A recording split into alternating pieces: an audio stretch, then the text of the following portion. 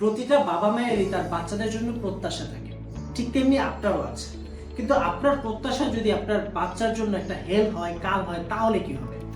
আমরা অনেক সময় বাচ্চাদেরকে অতিরিক্ত প্রত্যাশা করি, বাচ্চাদের থেকে প্রত্যাশা করে বাচ্চাদেরকে চাপ দেই, তাদের রেজাল্টের জন্য চাপ দেই, মার্কসের জন্য চাপ দেই, যারা একটু রোগা আছে তাদেরকে খাবারের জন্য চাপ দেই, যারা ঘুমায় কম বা যারা একটু দুষ্ট, বিভিন্নভাবে চাপ দেই।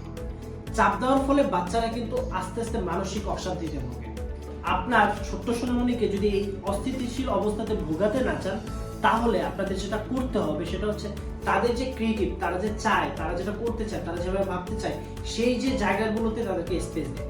আপনার প্রত্যাশাটাকে একটু কমিয়ে রাখুন, কারণ যুগ দিন দিন বদলাচ্ছে। এখন আপনি যদি চান যে আপনার ছেলে সেই ডাক্তার হবে, সেই ইঞ্জিনিয়ার হবে, এখন যুগ কিন্তু সেখানে নেই। এখন এআই এসেছে, ইলন মাস্ক মানুষকে হচ্ছে চাঁদে পাঠায়। এই জিনিসগুলো চিন্তা করতে হবে, বুঝতে হবে যে আমাদের আগের যে যুগটা ছিল, আপনার যে যুগটা ছিল, সেই যুগটার এই যুগটা কিন্তু রাত দিন তফাৎ।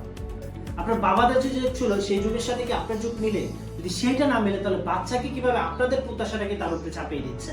এটা না করে তাদের কোনটা ভালো লাগে, তাদের আঁকতে ভালো লাগে, ছবি দেখতে ভালো লাগে, না কি ভালো লাগে, কোন ক্রিয়েটিভ কাজটা করতে সে পছন্দ করে, সেখানে উৎসাহ দিন।